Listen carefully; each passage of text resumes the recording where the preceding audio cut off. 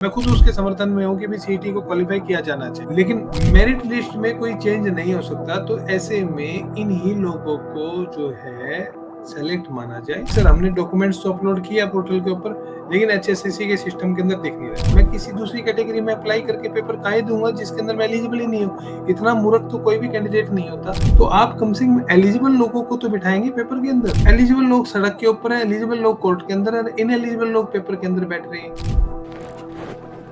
नमस्कार, checkpost news पर आप सभी का स्वागत है। आपके साथ मैं हूं जीनत सिद्दीकी। हमारी एक खास सीरीज हम जो है वो चला रहे हैं नौकरियों को लेकर, और हर नौकरी हरियाणा के विवादों में है, जिसे हम समझने की कोशिश करते हैं कि क्या बड़े कारण रह जाते हैं। टाइम से एग्जाम ना होना, पेपर लीक होना, या फिर इंटेंशन की कमी है।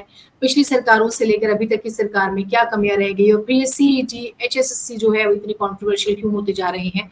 रविंद्र सिंह जूल साहब हमारे साथ हैं, जिनसे हमने पिछले दिनों भी एग्जामिनेशन को लेकर, जॉब्स को लेकर बातचीत की थी। आपने उस वीडियो को भी बहुत पसंद किया था, और हम चाहते हैं कि आपके जो भी सुझाव हो या जो भी सवाल हो आप जरूर रखिएगा। रविंद्र जी, बहुत स्वागत है आपका। ये जो सीईटी है सर, इसे आप समझाइए जरा, क्या है ये सीईटी जो इतनी विवादों में है। देखो जीनत, नमस्कार। जो मैंने पिछला वीडियो जो आपके साथ में था उसके अंदर एक चीज एक्सप्लेन करने का प्रयास किया था। बेसिकली कॉमन एलिजिबिलिटी टेस्ट एक टेस्ट है जिसके द्वारा जो है एप्लीकेंट्स को फिल्टर आउट किया जाता है।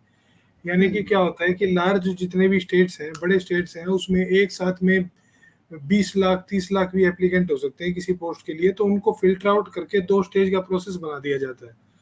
तो कि भी एक इजी पेपर के साथ में ऑब्जेक्टिव टेस्ट ले लीजिए, और उसके बाद में जो है एक ऑब्जेक्टिव टेस्ट ले लीजिए स्किल बेस्ड। यानी कि अब मल्टीपल पोस्ट है आपके पास में 50 से ऊपर, सबके लिए एजुकेशन क्वालिफिकेशंस भी अलग अलग है, सबके लिए सब कुछ है। एक टेस्ट तो आपने ले लिया जनरल, उस जनरल टेस्ट के अंदर से आपने फिल्टर आउट करके एक टेस्ट लिया बाद में स्किल टेस्ट, उस पर्टिकुलर पोस्ट के लिए जिसके जिसके ऊपर आपने सिलेक्शन करना है। तो उस पोस्ट के लिए जो एप्लीकेंट रह जाएंगे वो वही रहेंगे जो सीईटी के प्री को क्वालिफाई करेंगे। तो एक फिल्टर आउट करने का प्रोसेस है जहाँ पे लार्ज नंबर ऑफ एप्लीकेंट्स हो। जी नहीं, ठीक है। दूसरे स्टेट्स के कैंडिडेट भी उसके लिए अप्लाई करते ही हैं। हो सकता है कि फीस उनकी अलग होती होगी। फिर ये इतना कंट्रोवर्शियल क्यों है? ये कब से शुरू हुआ हरियाणा में सर, और ये किस तरह से काम कर रहा है अभी? सीईटी बहुत जगह पे काम कर रहा है जीनत। सीईटी राजस्थान में भी काम कर रहा है, सीईटी मध्य प्रदेश में भी काम कर रहा है, दूसरे स्टेट्स में कईयों में, बड़े स्टेट्स में अभी भी बहुत लंबे समय से है, वो सक्सेसफुल है, कोई दिक्कत नहीं है। हरियाणा में कहाँ पे प्रॉब्लम आई? हरियाणा के अंदर जो apart from other states, Haryana के अंदर कई प्रकार के एक्स्ट्रा बेनिफिट्स भी कैंडिडेट्स को दिए जाते हैं। पहले दिए जाते थे, जो कि अब सुप्रीम कोर्ट ने क्वाश कर दिए हैं। तो पहले दिए जाते थे एक्स्ट्रा बेनिफिट्स हरियाणा में, इस तरह के बेनिफिट्स दूसरे स्टेट्स में नहीं होते थे। हरियाणा में क्या हुआ सीईटी के अंदर, जो 2021 के अंदर इसको इंट्रोड्यूस किया गया था, 2022 में इसका पहला एग्जाम हुआ था हरियाणा के अंदर सीईटी का, नवंबर 2022 में। और इफ नॉट करेक्ट 6 और 7 नवंबर 2022 उसकी डेट थी, जिसका कि जनवरी 2023 में जो है रिजल्ट आया था। स्कोर कार्ड्स कैंडिडेट्स के पास भेज दिए गए थे सीईटी के प्री के। हरियाणा में एक सबसे बड़ा पहला विवाद ये था कि सरकार ने क्या किया, सीईटी को क्वालिफाई तो कर दिया, कि मतलब कैंडिडेट को स्कोर कार्ड भेज के कह दिया yes you have qualified the CET exam, but आपको पेपर में बैठने के लिए एक स्पेसिफिक क्राइटेरिया के अंदर से गुजरना पड़ता था, यानी कि 4 गुना। यानी कि समझिए कि एक पोस्ट है, एक पोस्ट के 4 गुना कैंडिडेट्स बुलाए जाएंगे, यानी कि 4 candidates for the skill test. तो हरियाणा में उस क्राइटेरिया को रिस्ट्रिक्ट कर दिया गया, जो दूसरे स्टेट्स में 20-20 गुना भी है, 20 टाइम्स भी है। ठीक है। तो हरियाणा में कंट्रोवर्सी स्टार्ट हुई जब इसके क्राइटेरिया को बहुत लिमिटेड लेवल पे इसे जो है रिस्ट्रिक्ट कर दिया गया। मतलब आप समझिए जिन्हें कैंडिडेट्स ने सीईटी को तो क्वालिफाई कर लिया, जब आपने उनको कह दिया कि yes you have qualified the CET, तो आपको स्टेज 2 पे भी एक फिल्ट्रेशन प्रोसेस से गुजरना पड़ता है, जहां पर आपकी केवल 4 गुना कैंडिडेट्स को ही हरियाणा में जो है मेन स्किल टेस्ट के लिए बुलाया जाता है। अब हरियाणा में कैंडिडेट जो है कैंडिडेट्स को एक्स्ट्रा बेनिफिट दिए जा रहे थे सोशियो इकोनॉमिक क्राइटेरिया के नाम पे। अब जो कंट्रोवर्सी नंबर 2 जब स्टार्ट हुई थी ना, तो वो तब स्टार्ट हुई जब सोशियो इकोनॉमिक क्राइटेरिया के जो मार्क्स थे उनकी वेरिफिकेशन का सरकार के पास में कोई किसी प्रकार का आधार नहीं था। वो आधार जो है पीपीपी से था, और उन्होंने अपनी एडवर्टीजमेंट में लिखा था कि हम पीपीपी से इसे वेरीफाई करेंगे सेल्फ डिक्लेरेशन बेसिस पे। पीपीपी का जैसे मैंने आपको बताया कि ऑफिशियली जो है 99 लाख कंप्लेंट थी, तो पीपीपी कंप्लीटली इनवैलिडेट कर दिया। अब आ गया पीपीपी के अलावा जो है दूसरा एरिया जो है सेल्फ डिक्लेरेशन। सेल्फ डिक्लेरेशन एक ऐसी चीज है जिसके द्वारा कैंडिडेट्स खुद जो है एफिडेविट के द्वारा डिक्लेयर करेंगे कि yes we are eligible for this marks. अब सेल्फ डिक्लेरेशन के बेसिस पे भी और उसके बेसिस पे भी, दोनों बेसिस पे ये क्राइटेरिया जो है कहीं ना कहीं जाकर के कंट्रोवर्सी में आ गया। तो जैसे ही जून के अंदर सेल्फ डिक्लेरेशन के बेसिस पे इन्होंने जो मेरिट बनाई थी, मेरिट पब्लिक हुई, तो कैंडिडेट्स ने उसमें से बहुत सारे हजारों जो है कमियां निकालने का काम किया कि भाई ऐसे यहाँ पर इस व्यक्ति को गलत मार्क्स मिले हैं, इस व्यक्ति को गलत मार्क्स मिले हैं, इस व्यक्ति को गलत कैटेगरी में डाल दिया। अब जैसे आपको मैं बता दूं, शुरुआत में सीईटी के टाइम पे आपकी जो हरियाणा स्टाफ सिलेक्शन कमीशन ने फीमेल्स को, लड़कियों को भी एक्स सर्विसमैन यानी कि फौजी के कैटेगरी में डाल दिया था। अब लड़कियां तो एक्स सर्विसमैन है ही नहीं हरियाणा, इस देश के अंदर कहीं भी नहीं है। डिपेंडेंट ऑफ एक्स सर्विसमैन है, फौजियों के बच्चे जरूर है, लेकिन लड़कियां फीमेल फौजी कंसेप्ट जो है एचएसएससी कहाँ से लेकर के आया है, मेरे समझ से बाहर था। तो इस प्रकार का भी डाटा जो है एचएसएससी के उस मैटर में कोर्ट में प्रोड्यूस किया गया, जिसके कारण कोर्ट ने जो है उसको क्वैश कर दिया। बहुत सारे कमियां मिलते हुए ये देखा कि भी विजिबल एंड ओपन, बहुत सारे ओपन शट केस है, बहुत सारी कमियां हैं, जिसके कारण इसको ये डाटा को सबसे पहले वेरीफाई करना जरूरी है। उसके बाद आप मेरिट बनाइए, क्योंकि आपका जो क्राइटेरिया है मेन एग्जाम का वो केवल 4 टाइम्स और 5 टाइम्स है, यानी कि लिमिटेड क्राइटेरिया। आप सभी लोगों को पेपर में बैठने का मौका नहीं दे रहे हैं, या तो आप सबको दे दीजिए, यानी कि सीईटी क्वालिफाई, जो पंचकुला के अंदर आज एक प्रदर्शन हुआ था कि भी सीईटी को क्वालिफाई कीजिए, मैं खुद उसके समर्थन में हूँ कि भी सीईटी को क्वालिफाई किया जाना चाहिए। लेकिन अब आपने उसको क्या किया, क्राइटेरिया को कर दिया आपने लिमिटेड। अब लिमिटेड क्राइटेरिया के अंदर यदि कोई बंदा रॉन्ग बेनिफिट लेकर के पेपर दे रहा है, तो किसी करेक्ट व्यक्ति को एग्जाम से बाहर रख रहा है, जिसके कारण हाई कोर्ट ने इसको क्वैश करने का काम किया था। अब एक चीज और कि सीईटी के जरिए आप ग्रुप सी और डी की ही जॉब्स के लिए अप्लाई कर सकते हैं। क्योंकि ना मैंने एक चीज फील किया कि उसमें बहुत सारे कंफ्यूजन है। जब हम अपने वीडियो को देख रहे थे, मैं उसके एक व्यक्ति के मैंने कमेंट्स को पढ़ा और मैं उस पर भी शोज करूंगी। तो मैंने देखा कि ग्रुप सी और डी में कुछ लोग कंफ्यूज भी हैं कि कहीं उनकी जॉब तो नहीं आ जाएगी। तो सीईटी ग्रुप सी और डी के सभी के एंट्रेंस लेती है। ये थोड़ा सा मुझे समझाइए, क्या कॉन्सेप्ट है। देखिए हरियाणा में जीनत 2 सेलेक्टिंग एजेंसी है, एक हरियाणा पब्लिक सर्विस कमीशन और Haryana staff selection commission. Haryana public service commission group A और बी के एग्जाम लेता है, और Haryana staff selection commission group C और डी के एग्जाम लेता है। ठीक है, तो ग्रुप सी और डी के लिए गवर्नमेंट ने नोटिफाई करके सारा का सारा प्रोसेस जो है सीईटी के साथ जोड़ने का काम किया है, हमें ये समझना होगा पहली बात।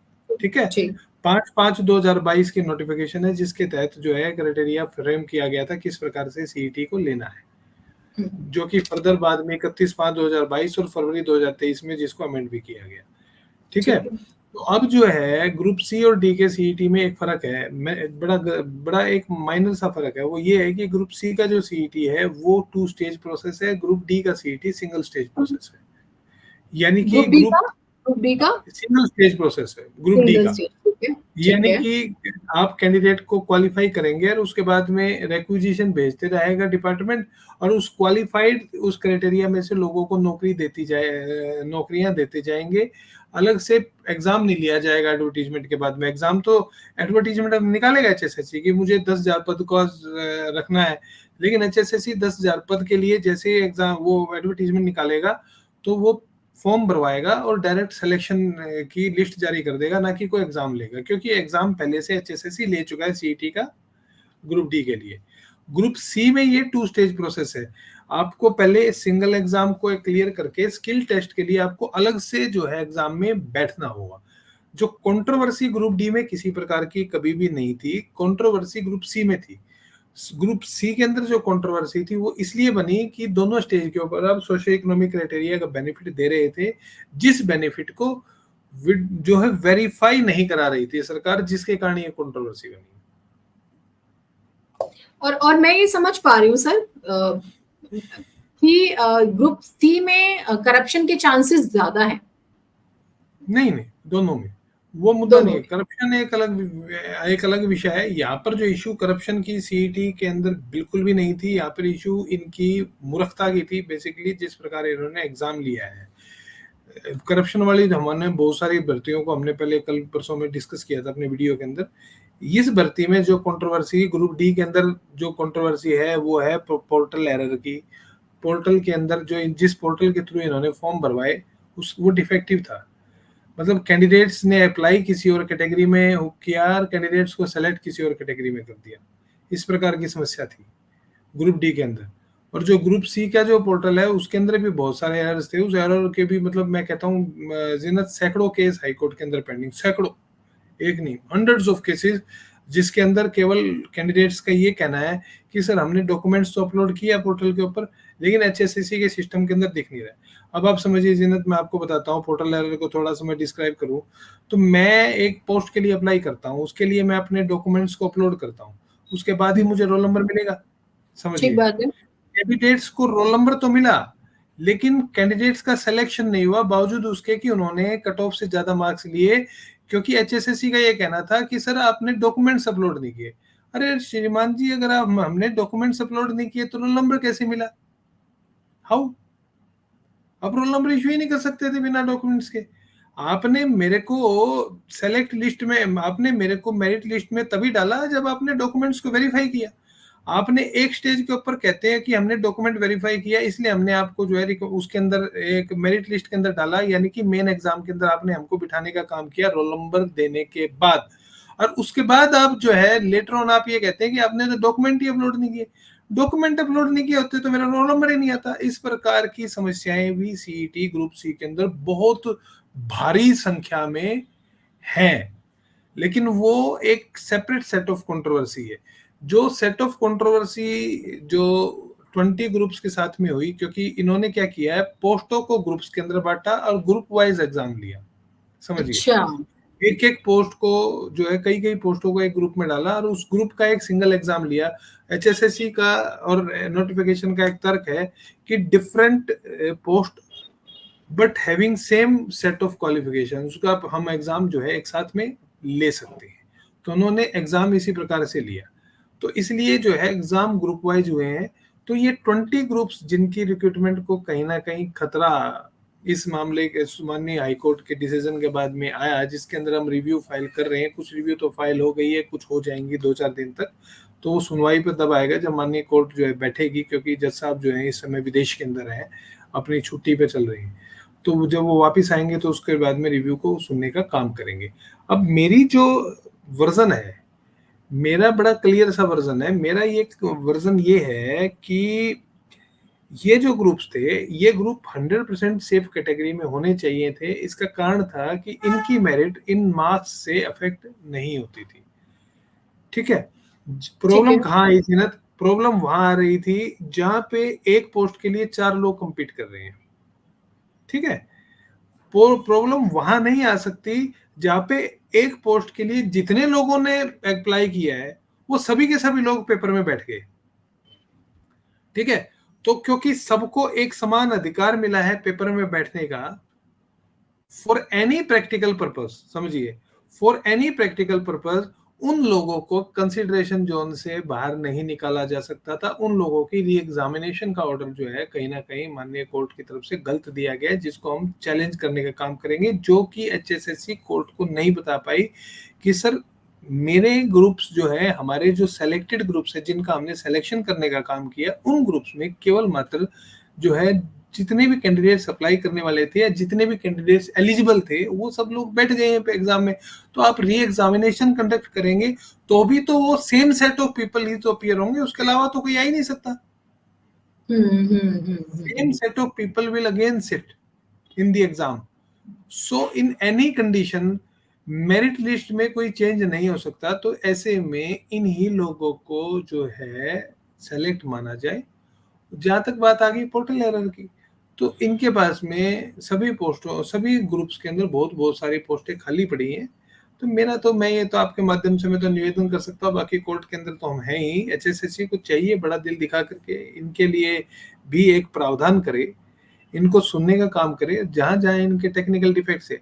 अब मान लीजिए कोई कैंडिडेट स्टाफ नर्स है, वो eligible to be staff nurse है, उसके पास में सपोर्टिंग डॉक्यूमेंट है, उसको आपने रोल नंबर इशू करने का काम किया, उसने स्टाफ नर्स का एग्जाम क्लियर करने का काम किया, वो कट ऑफ को क्रॉस कर रहा है, और आप उसको केवल इसलिए नहीं ले रहे हो मेरिट लिस्ट में कि आपका ये कहना है कि जो उसने डॉक्यूमेंट अपलोड नहीं किए, जबकि उसका जो एक्नॉलेजमेंट है जीनत, एक्नॉलेजमेंट में नीचे रोल नंबर दिखा रहा है कि डॉक्यूमेंट आपका अपलोड हुआ है। मतलब एचएसएससी ने जो कैंडिडेट को एक्नॉलेजमेंट भेजा उसमें तो दिखा दिया कि भी डॉक्यूमेंट अपलोड हुआ है, बट एचएसएससी के इंटरनल सिस्टम में जाकर के वो डॉक्यूमेंट गायब हो गया। अब उससे कैंडिडेट का क्या लेना देना है, वो तो एचएसएससी फिर तो रविंद्र जी बड़ा देखिए, एक तरफ तो सीईटी, और अब उससे एक स्टेप आप आगे जब जाते हो, एचएससीसी जो है वो तो और ज्यादा चीजें टफ नहीं कर रहा। मतलब मैं एक आम इंसान हूँ, और अगर मैं ग्रुप सी और डी के लिए अप्लाई करती हूँ और मैं सीईटी क्लियर कर लेती हूँ, तो ये कोई अचीवमेंट नहीं है, क्योंकि आगे मुझे फंसना ही है अगर ऐसे काम हो रहा है। ये जैसे ये काम कर रहे हैं, तो अब क्या हुआ कि बहुत सारे लोगों ने, अब जैसे मेरे पास में कुछ कैंडिडेट्स आए जिनकी एक बड़ी बेसिक समस्या थी। देर आर टू, एक कैटेगरी है फायर डिपार्टमेंट की, फायर जो ऑपरेटर कम ड्राइवर, यानी कि जो फायर ब्रिगेड की गाड़ी चलाते हैं उनकी भर्ती, ठीक है। तो अब समझिए कि उनकी कैटेगरी थी 243, एक 245 सेपरेट कैटेगरी थी। अब पोर्टल में इतना गजब का डिफेक्ट है जीनत कि मैंने 243 के लिए अप्लाई किया, मैंने सबमिट किया, जो एप्लीकेशन हुई ना कैंडिडेट की, फाइनल सबमिशन जो हुई है 245 में हुई है, 243 में नहीं हुई। अब 243 और 245 का आपने एग्जाम एक साथ लेने का काम किया है, क्योंकि सेम सेट ऑफ क्वालिफिकेशंस थी, ठीक है। इनका कहना है कि सेम सेट ऑफ क्वालिफिकेशन थी, आपने एग्जाम तो एक साथ में ले लिया, लेकिन गजब की चीज क्या हुई जीनत कि इन्होंने क्या किया, वो उन लोगों को यही कह करके रिजेक्ट कर दिया कि आपने गलत कैटेगरी में अप्लाई किया, जबकि उन्होंने अप्लाई 243 में किया था। मैं उसी कैटेगरी में अप्लाई करूंगा ना जिस कैटेगरी के अंदर मैं एलिजिबल हूँ, मैं किसी दूसरी कैटेगरी में अप्लाई करके पेपर काहे दूंगा जिसके अंदर मैं एलिजिबल ही नहीं हूँ। इतना मूर्ख तो कोई भी कैंडिडेट नहीं होता, बावजूद उसके एसएससी बड़ा दिल नहीं दिखा रहा, बावजूद उसके कि उनके पास में इस ग्रुप की 1200 से ज्यादा पोस्टें खाली हैं, 1200 से ज्यादा पोस्टें फिल नहीं हुई, क्योंकि इनके पास एलिजिबल कैंडिडेट्स नहीं थे। तो इतनी बड़े मात्रा में इनके पास में पोस्ट होते भी एचएसएससी ने इन लोगों की ग्रीवियंस का समाधान नहीं किया। मुझे दुख और मुझे पीड़ा वहां पर होती है। अभी मैं ऐसी एक पर्टिकुलर पोस्ट बताता हूँ मैं आपको। एक पोस्ट थी कानून गो, जो आपके कानून को होते हैं, जो गांव ग्रामीण स्तर के ऊपर जो अपना प्रॉपर्टी वेरिफिकेशन वगैरह का काम करते हैं, उससे नीचे होता है पटवारी। कानूनगो की पोस्ट के लिए केवल पटवारी एलिजिबल था, सरकारी पटवारी, यानी कि ऐसा पटवारी जो कि सरकारी जॉब पे हो, तो बार पटवारी के एग्जाम जो क्लियर कर चुका हो, और कानूनगो का भी एग्जाम जो है एक एग्जाम होता है प्रमोशनल डिपार्टमेंट का एग्जाम, उसको भी ये क्लियर कर चुका हो, तो उस व्यक्ति के लिए वो पोस्ट जो है एप्लीकेबल थी। अब उस पोस्ट के लिए पूरे हरियाणा से एक भी एलिजिबल पटवारी को इन्होंने पेपर में नहीं बिठाया। वो सभी के सभी पटवारी कोर्ट में है कि जी आपने हमको तो रोल नंबर केवल इसी कारण से इशू नहीं किया कि हमारे जो मार्क्स हैं आपके कथित तौर पे 4 टाइम्स के क्राइटेरिया में नहीं आते। तो इनका ये 4 टाइम्स का क्राइटेरिया भी अपने आप में बहुत बड़ा कंफ्यूजिंग है। इन्होंने जो सेम सेट ऑफ क्वालिफिकेशन है वो इन बड़े ग्रुप्स में, जो 56 और 57 नंबर ग्रुप की मैं बात कर रहा हूँ, मैं इनकी बात नहीं कर रहा जो ये 20 ग्रुप्स है, 20 ग्रुप्स आर सेफ। हम उन ग्रुप्स की बात कर रहे हैं जिनका इन्होंने रिजल्ट नहीं निकाला, जो कि क्वाश कर दिया कोर्ट ने, जिसको सेटिसाइड करने का काम किया, जिसका अब दोबारा इन्होंने एडवर्टीजमेंट निकाली। तो आप कम से कम एलिजिबल लोगों को तो बिठाएंगे पेपर के अंदर। एलिजिबल लोग सड़क के ऊपर है, एलिजिबल लोग कोर्ट के अंदर है, इनएलिजिबल लोग पेपर के अंदर बैठ रहे हैं। ये समस्या किसने खड़ी की? मेरे 2 सवाल रहेंगे वैसे छोटे छोटे। एक तो ये कि जब हम सीईटी क्लियर कर लेते हैं तो उसका कोई टाइम पीरियड है कि आपकी वो वैलिडेशन 3 साल है, 4 साल है, 2 साल, 3 साल वैलिड रहेगा। और अगर उस पीरियड में वो जॉब नहीं लग पाई और अगर मामला कोर्ट में चला गया तो मेरी तो एज गई, वो दोबारा सीईटी क्लियर करेगा। तो मतलब मुझे दोबारा क्लियर करना पड़ेगा, सिस्टम अपने आप को चेंज नहीं करेगा। सिस्टम, हाँ, ये मतलब बच्चे बेचारे दुखी होते रहेंगे। अब देखो इन्होंने ये कहा था, इनकी नोटिफिकेशन में लिखा है बाकायदा कि हम 1 साल में एक बार सीईटी लेंगे और एक सीईटी का स्कोर 3 साल के लिए वैलिड होगा, ठीक है। 2022 के बाद में कभी भी सीईटी नहीं लिया गया, 2022 में ही सीईटी लिया गया था, और 3 साल तो पूरे होने वाले हैं, एक ही बार सीईटी ली है इन्होंने। तो मतलब 2022 के बाद जो पास आउट हुए ना कैंडिडेट्स, उनका क्या? वो बेचारे तो सरकारी जॉब के लिए अप्लाई नहीं कर पाए अभी तक। एज निकल जाएगी सर, एज निकल जाएगी, क्योंकि एज आपने निकल हरियाणा पुलिस जाएगी। को भी इसके साथ जोड़ने का काम किया है। केवल एजुकेशन डिपार्टमेंट की भर्तियां जो हैं, टीचर्स की जो भर्तियां हैं, वो सीईटी के दायरे से बाहर रखी हैं एचएसएससी ने, बाकी सभी भर्तियों को सीईटी के अंदर डाल दिए। अब एक बस लास्ट सवाल, जो मामला कोर्ट में है उसको लेके भी कंफ्यूजन है कि कौन सी जॉब पे तलवार लटक रही है, वो 5% वाली। आपने कहा कि कुछ एक स्पेसिफिक ग्रुप्स जो है वो ये कंफ्यूजन में, वो एक बार क्लियर कर दीजिए। लोगों ने बहुत सारे देखो, कमेंट्स किए हैं, लोग बहुत तो वो कंफ्यूज स्पष्ट हैं, कर दीजिए। हाँ, बहुत ज्यादा कंफ्यूज है लोग। मैं आपको बता दूं, केवल 20 ग्रुप्स ऐसे थे जिनका रिजल्ट अभी तक डिक्लेयर हुआ था, बाकी ग्रुप्स का रिजल्ट डिक्लेयर नहीं हुआ था जिनका ठीक इन्होंने है, एग्जाम दिए। ठीक है, ठीक है, तो जिनका रिजल्ट डिक्लेयर नहीं हुआ, यानी कि group number 56, 57, group number 1 and group number 2, in 4 groups का एग्जाम होगा दोबारा। ठीक है, ओके, जिसका इन्होंने फॉर्म निकाल दिया है।